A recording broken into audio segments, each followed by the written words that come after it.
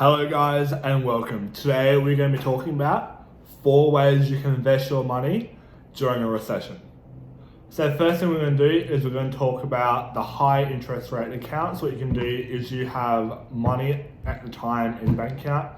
You can go and put that into a high interest savings account. They'll pay anything above 1.5% is pretty much a good return.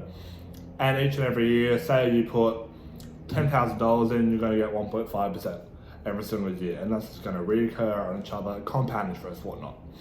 That's pretty much out of all these ways, it's the only way that is really risk-free, because at the end of the day, you're never actually going to have a kind of a way to invest your money that's risk-free. Like, there's always a bit of risk associated in anything you do with money. And so pretty much a high interest savings account, nothing's ever going to happen to your money. So that's your first way of doing it. Your second way is to put your money into the bond market. So for those of you who don't know, the only risk that you can really have from a bond market is called the default risk. So what that is there are 2 types of places you can put your money in for a bond market. You can either put them with the government or a company. So the government is they are less likely to default. So that means they're going to have a lower interest rate. But however, a company is more likely to default, but they're going to have a higher interest rate. So you're compensating for that risk. So what default is that, well, first you have to kind of understand what an actual bond is. So in the bond market is kind of simple. It's kind of very much like the stock market in a way. So what you do is say you buy your bond for $10,000 and you have an annual 2% interest rate on that. So every year you're going to get 2% of $10,000, which is $20. Every year you're going to get $20 until the end of that bond.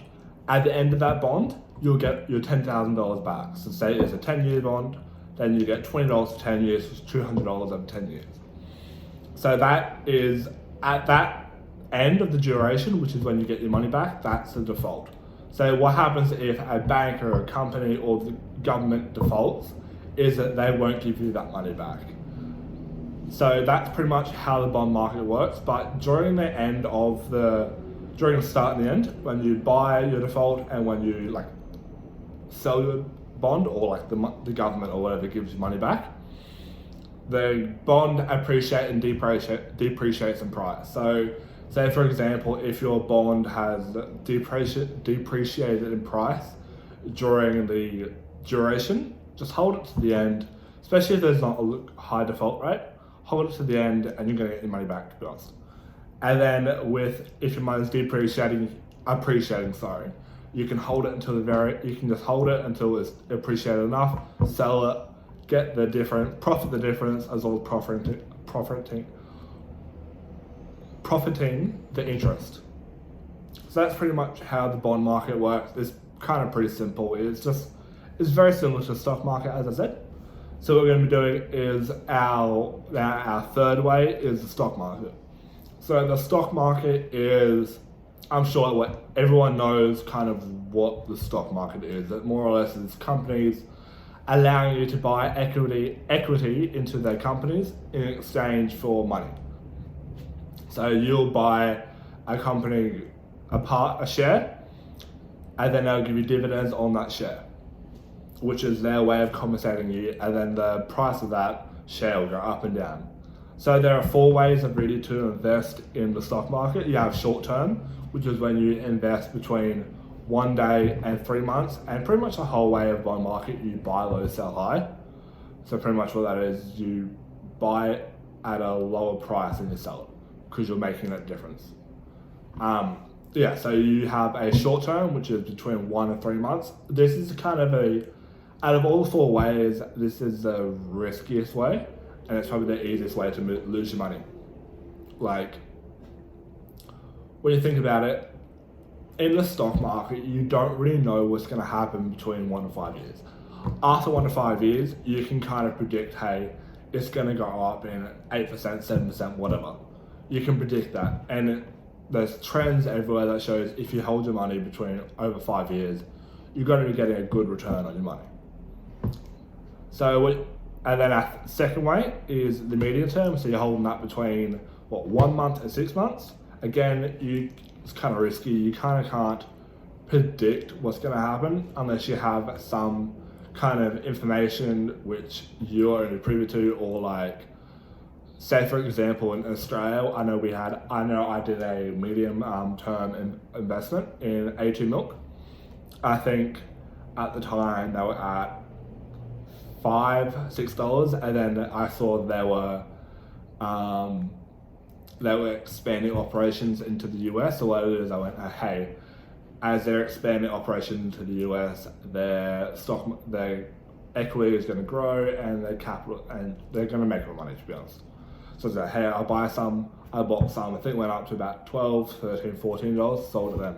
So that's my way of, that was my way of doing it. But you need to have a reason for doing it, and you need to be able to look at your company and say, hey, it's going to do this, it's going to do this, and this is because of it. And even then, it's still risky because the stock market has a mind of its own. The stock market is the weirdest thing ever. You can never really predict what's going to happen in a 0 to 5 year period, to be honest. That's just never going to work. Okay, our third way is long term. So that is 6 months to 5 years. This is less risky than the rest of them.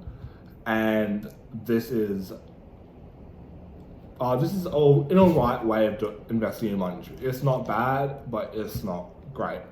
Because stats show that if you just hold your money and invest every, $200 every month, is just going to increase and increase and increase, no matter what the price is, no matter what you're looking at, and just keep that forever.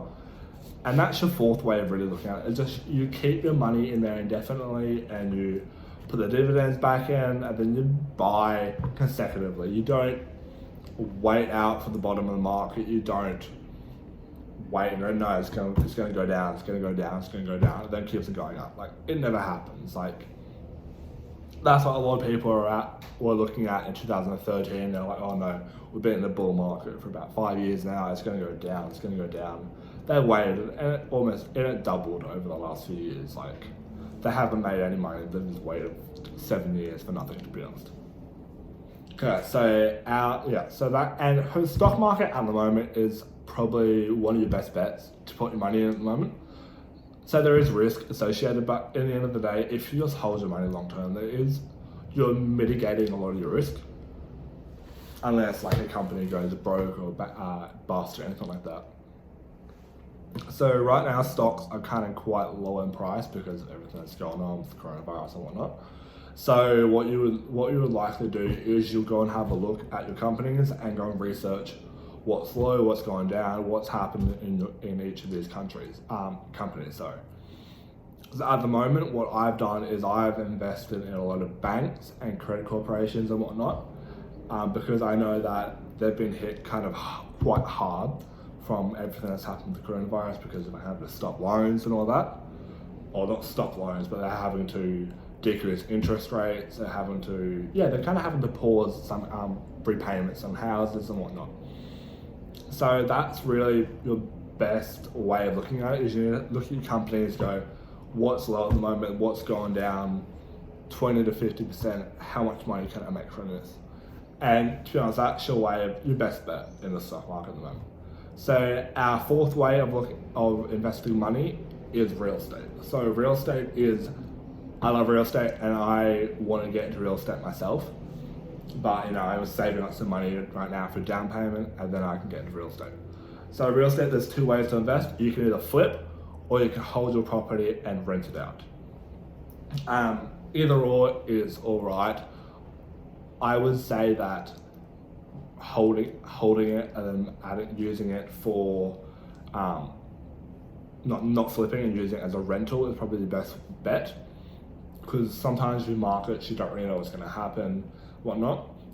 For a real estate property, you genuinely want to find a property in an area that's going to appreciate while your property itself is undervalued.